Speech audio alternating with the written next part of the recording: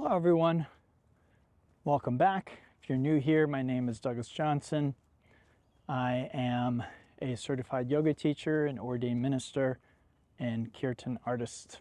Today, I wanted to talk a little bit about seasons of life, different seasons of life.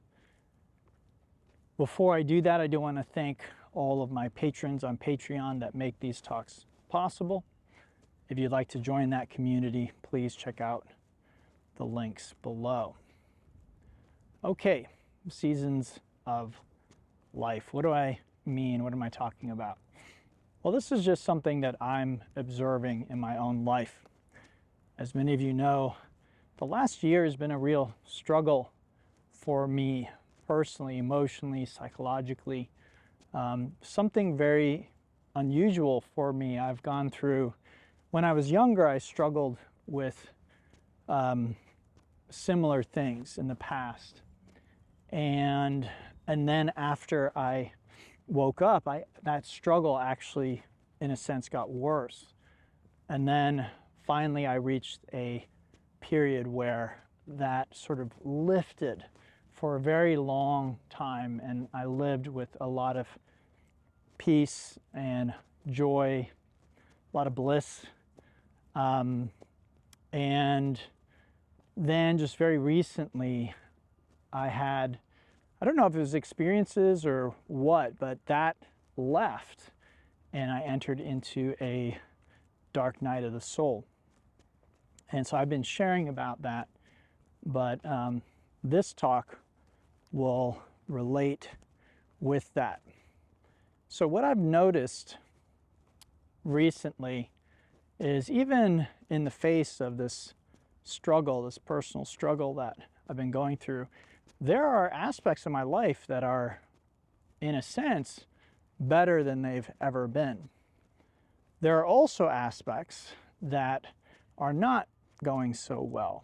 And today I don't really want to share a lot of specifics about that, but it made me think how it's interesting how with manifestation and with life, different flowers or seeds that were planted, they will grow at different times. And they tend to grow, I'm not sure what causes them to grow. If you are interested in manifestation and you read Neville Goddard, he talks about, everything has its own sort of incubation period. So other people who teach about manifestation and law of assumption will say, it depends on whether you are double-minded or not, and how you're going about your affirmations and your different tools that you're using to manifest. But it was just an interesting thing to me because I have been focused on one aspect of my life. And to a large degree, I have been taking for granted another aspect of my life that is better than it's ever been. It really has been so effortless recently. And it made me want to create this talk and share this with you, that we may be struggling in one area. So let's say we're struggling with health, but we may have somebody who loves us unconditionally in our lives. And when we focus on the health issue, we may take this person's or people's love for granted. And then this can also, of course, it could be the opposite, where we have health, perfect health, but maybe we don't have a romantic partner or someone who we feel loves us, or we feel lonely. Of course, it could apply to things like work, where we might be not satisfied with our work situation. But again, we might have perfect health. We might have people who adore us and love us unconditionally.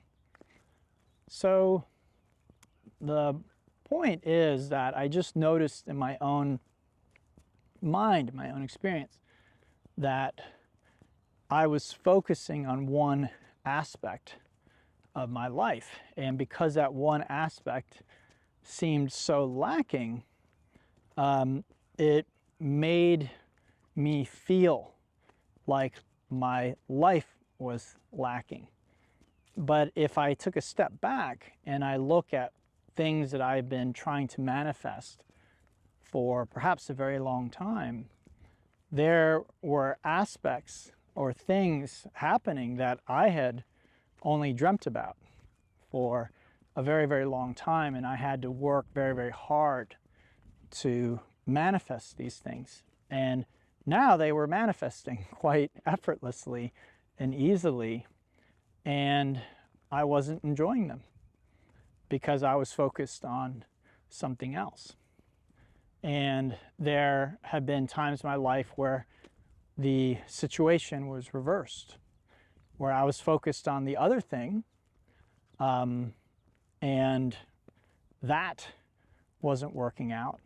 But then this thing that I'm struggling with now was a given. It was taken for granted. So this relates with gratitude and other things that I emphasize, but I just wanted to share that with you today, that if you take a step back and you stop hyper-focusing on what is quote-unquote wrong in your life, you might find that there really is a lot to be grateful for.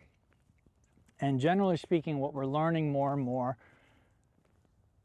this isn't just spiritual. Some of the science is beginning to show this as well, is feelings of gratitude, feeling better overall, will improve things in your life.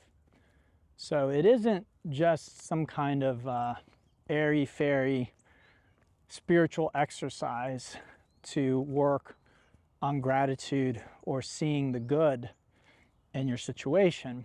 It actually is something that has a real impact on our lives. So I'd love to hear from you.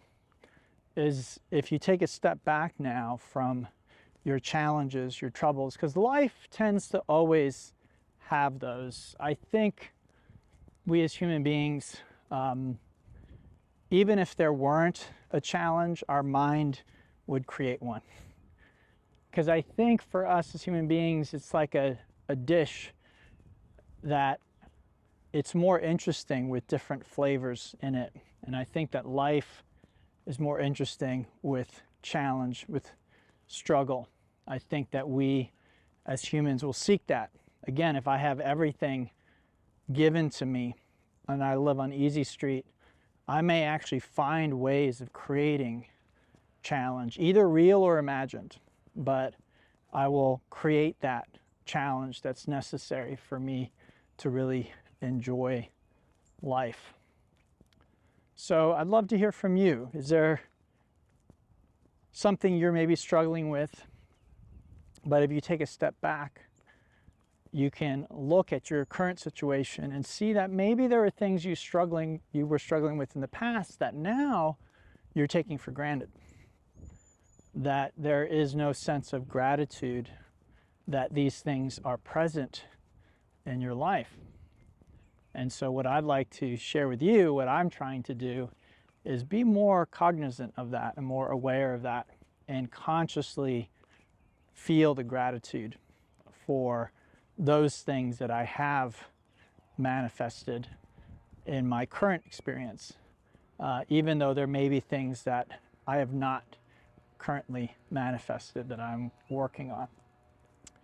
All right, everyone, as always, I hope this is helpful for you.